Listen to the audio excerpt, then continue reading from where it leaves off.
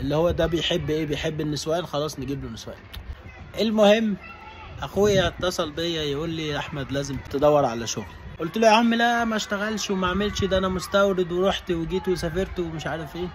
فضل يشد عليا، يا احمد اسمع الكلام، ان اللي بيشتغل في البيزنس ده لازم دماغه تكون يعني تكون سهله ويكون لين ويسمع الكلام. حاضر يا عم ايه المطلوب؟ قال لي تدور على شغل.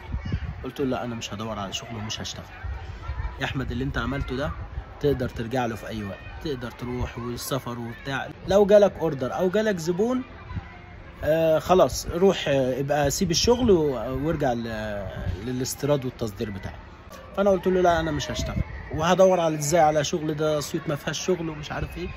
قال لي بص في واحد صاحبي شغال في شركه مقاولات وهم طالبين محاسب، روح مش هتخسر حاجه. قلت له محاسب؟